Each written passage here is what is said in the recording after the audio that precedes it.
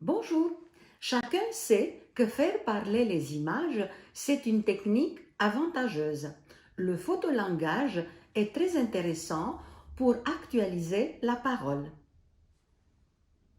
On commence par regarder les images, on les décrit une par une et ensuite on tente des rapprochements avec l'une ou l'autre des paroles affichées.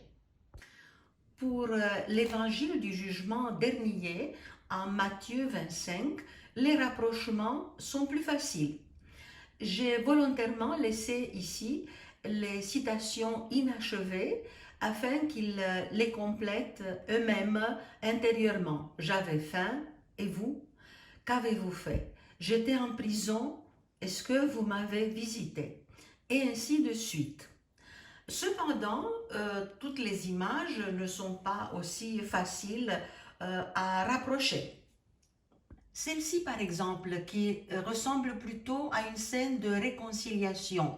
L'enfant qui est à gauche semble triste.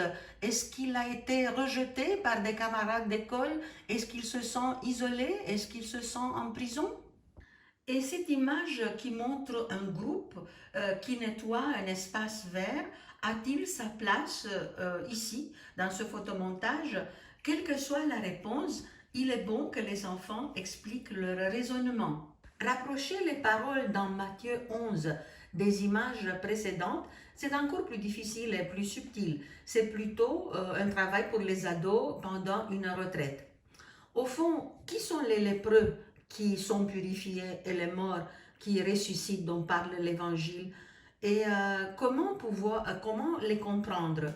Est-ce que l'accueil et le partage, par exemple, sont-ils des moyens suffisants? Ont-ils ce pouvoir? Dans quel sens? Et les sourds qui entendent et les aveugles qui voient, c'est qui? C'est peut-être nous avant de connaître la grâce du Seigneur ou quand on fait un peu n'importe quoi. De quelle parole pourrions-nous rapprocher cette image du garçon en voiturette à qui une jeune fille apprend à travailler à l'ordinateur? Au boiteux, parce que la connaissance permet d'avancer dans la vie?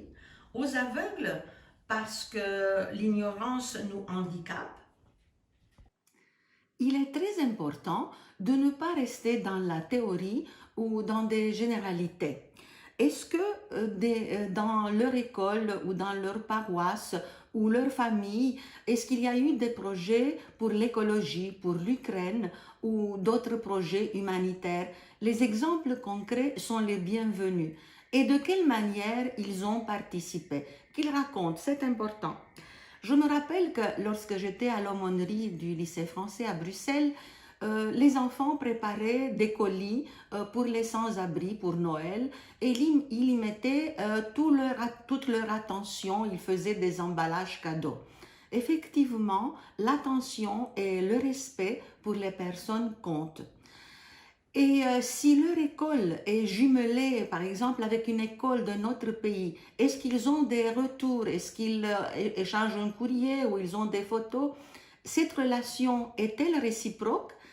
Est-ce que c'est seulement nous qui offrons quelque chose aux personnes qui sont dans le besoin ou nous pouvons aussi recevoir des choses en retour? De quelle manière?